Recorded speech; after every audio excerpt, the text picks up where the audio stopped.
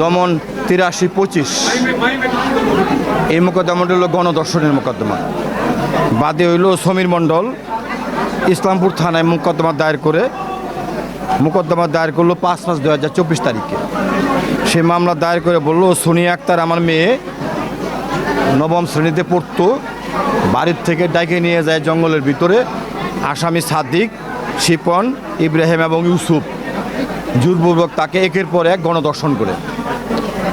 ইসলামপুর থানা মামলাটা নেওয়ার পরে তদন্ত করার পরে বিজ্ঞ আদালতে পুলিশ রিপোর্ট অর্থাৎ চার্জশিট দাখিল করে মোকদ্দমাটা সাক্ষীর দিন ধার্য করে।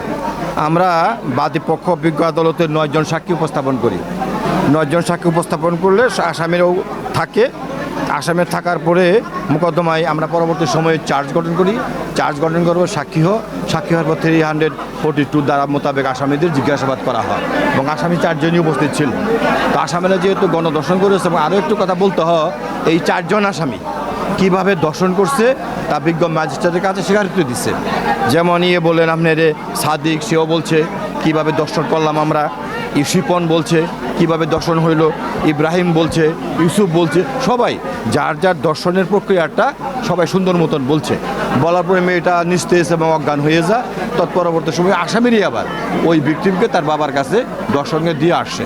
তো দিয়ে আসলেও বাবা যেহেতু তখন একটা প্রভাবশালী ব্যক্তিরা ছিল, সঠিক সময়ে মামলা দায়ের করতে পারে না। মামলা দায়ের না করলেও এলাকার লোকজনের সহযোগিতা নিয়ে মোকদ্দমাটা ইসলামপুর থানায় দায়ের করে।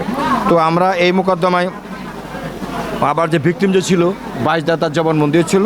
জবানবন্দির ধারা মোতাবেক কীভাবে ভিকটিমকে দর্শন করা হয়েছে সে যাবতীয় কথা ম্যাজিস্ট্রেটের কাছে সেও বলার পরে গতকালকে আমরা অ্যাডভোকেট আমন্দুল্লাহ আকাশ এবং আমি থেকে মোকদ্দমা আর্গুমেন্ট করে আজকে রায়ের জন্য ডেট ছিল।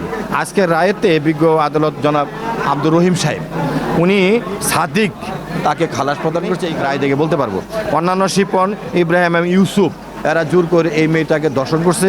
মেয়েটা স্কুল ছাত্রী ছিল, বয়স ছিল 16, ক্লাস 9-এ পড়তো।